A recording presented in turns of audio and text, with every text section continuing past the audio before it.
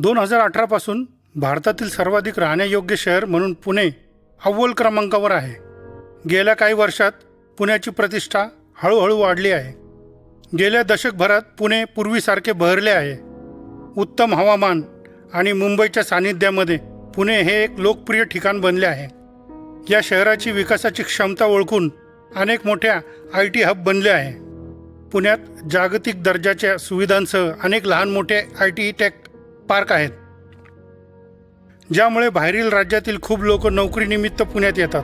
IT पार्कच्या एकाला अंदाजे 15 ते 25 लाखापर्यंत वार्षिक पॅकेज असतो.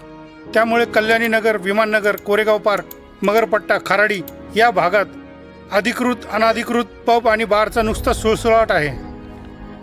काही पब बार तर सकाळी 4 वाजेपर्यंत चालू असतात. जे गाडी तुम्ही कधी दिवसभरात रस्त्यावर बघितली नसेल तशा गाड्या रात्री तुम्हाला पब बार बाहेर बघायला मिळणार. अशाच एका काजी बारमध्ये आपल्या मित्रांसोबत 17 वर्षीय वेदांत अग्रवाल पार्टी करत होता. On camera, the accused is seen drinking at a bar with his friends.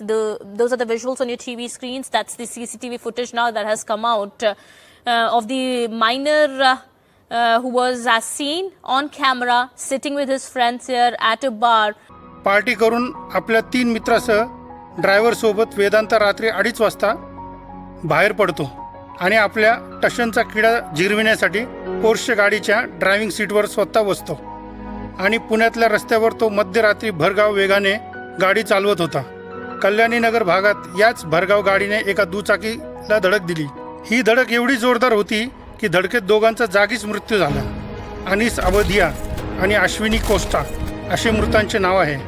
Vedanta अग्रवालच्या भरधाव वेगाने त्यांना अक्षरशः चिरडले. धक्कादायक म्हणजे ज्यावेळी अपघात झाला त्यावेळी आरोपीच्या कारला ना पुढे ना मागे नंबर प्लेट होती.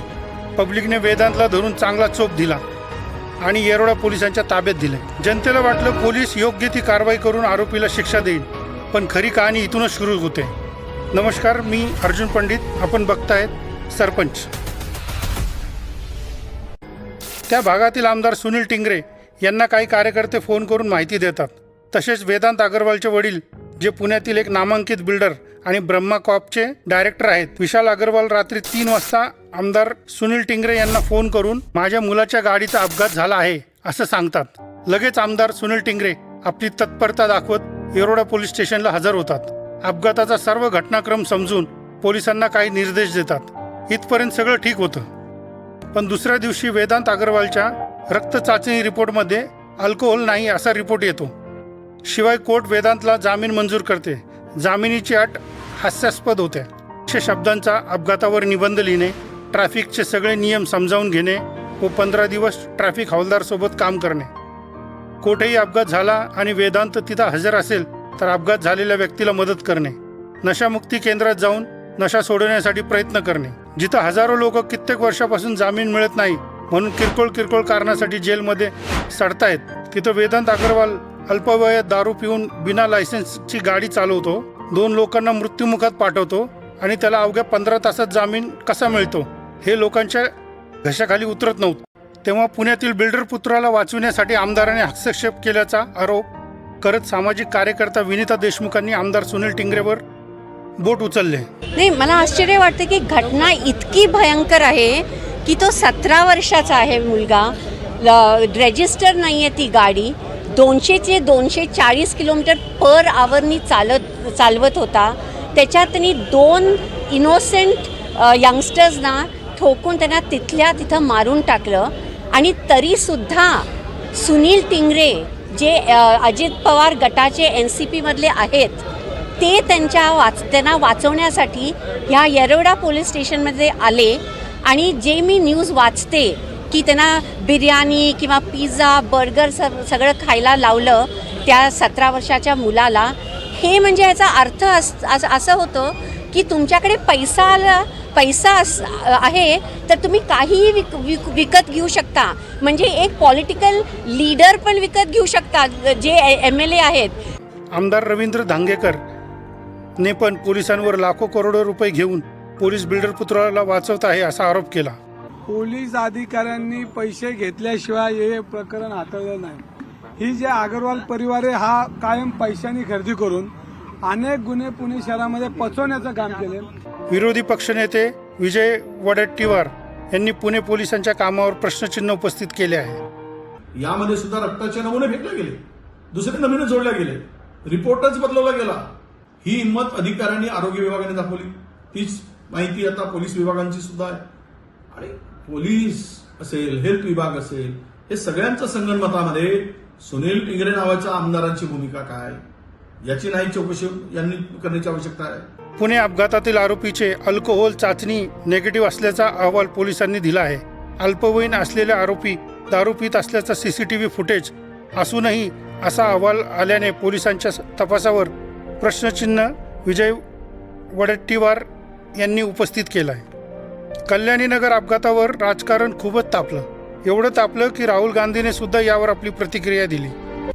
बस ड्राइवर, ट्रक ड्राइवर, ओला, उबर, ऑटो ड्राइवर्स अगर गलती से किसी को मार देते हैं तो 10 साल की जेल में सजा हो जाती है और चाबी उठा के वो फेंक देते हैं. मगर अगर अमीर घर का 16 साल का 17 साल का बेटा पोर्श गाड़ी को शराब पी के चलाता है और 2 लोगों की हत्या करता है तो उसे कहा जाता है कि ऐसे लिख दो.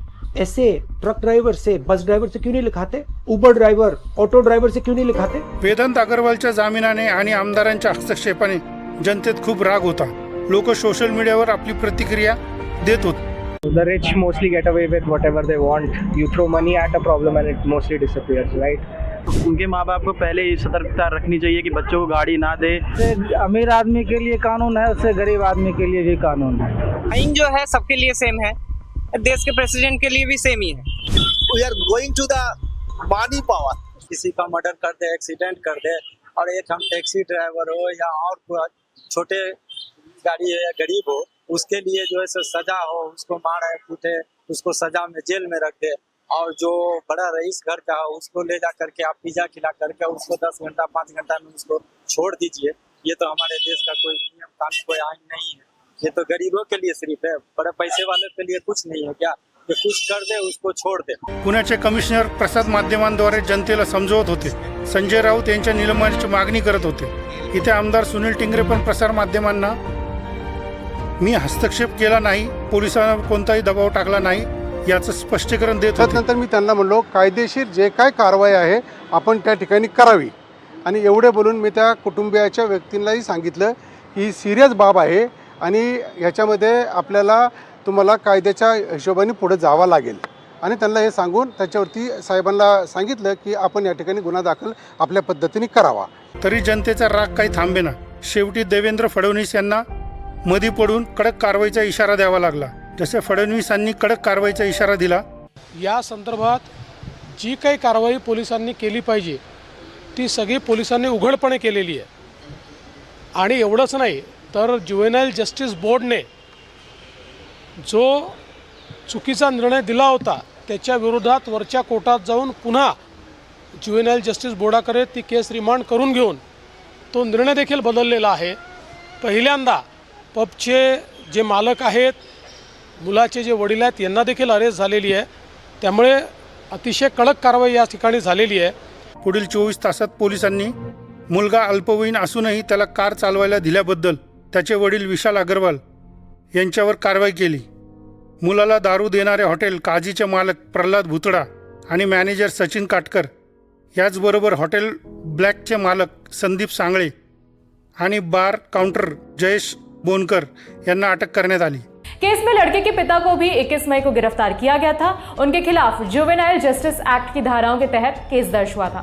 मामले में दर्ज एफआईआर के मुताबिक नाबालिग के पास लीगल ड्राइविंग लाइसेंस नहीं है. इसके बाद भी उसके पिता ने उसे कार दे दी थी. नाबालिग को शराब परोसने के लिए बार के मालिक और कर्मचारियों के खिलाफ भी केस दर्ज किया गया था. कारवाईचं राजकारण सुरू झालं. मुख्यमंत्री एकनाथ शिंदे, उपमुख्यमंत्री अजित पवार सगळ्यांनी पोलिसांना कडक कारवाईचा आदेश दिला. माझ्या कानावर आल्यानंतर मी सांगितलं ह्याच्यामध्ये मी पत्रकार मित्रांनो तुम्हालाही सगळ्यांना माहिती आहे, अनेक वर्ष तुम्ही मला ओळखता.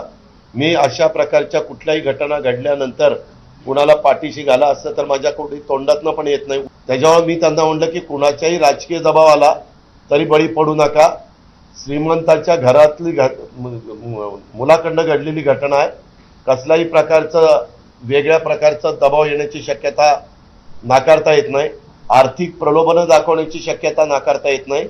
याला कुणीही बळी पडता कामा नये ही खबरदारी पोलीस आयुक्त या नात्याने तुम्ही घेतली पाहिजे. मी स्वतः पोलीस आयुक्तांशी बोललोय. यामध्ये कुठल्याही प्रकारची लापरवाही किंबहुना काही कुणाला पाठीशी घालण्याची आवश्यकता नाही, घातलं जाणार नाही. आणि जे काही नियमानुसार कायदेशीर कठोर कारवाई जी आहे यामध्ये होताना आपल्याला दिसेल. पण ज्यांची पोरं मेली त्यांच्यावर दुःखाचं डोंगर कोसळलं. अपने छोटे भाई की जिम्मेदारी, हम लोगों की जिम्मेदारी भी वही उठाया था. अब कौन करेगा ये सब? दुर्घटना घटी है, उस दिन का दबाव बहुत था. सुनने में भी आया, लाखों रुपए पुलिस वालों में बांट दिए गए और हमारे बच्चों को परेशान किया गया. आज जर जनतेने आपला राग दाखविला नसता तर काय झालं असतं? विचार करा. जनतेपुढे कोण नेता, कोण सरकार? त्यामुळे अन्यायाविरुद्ध नेहमी बोला. जय महाराष्ट्र.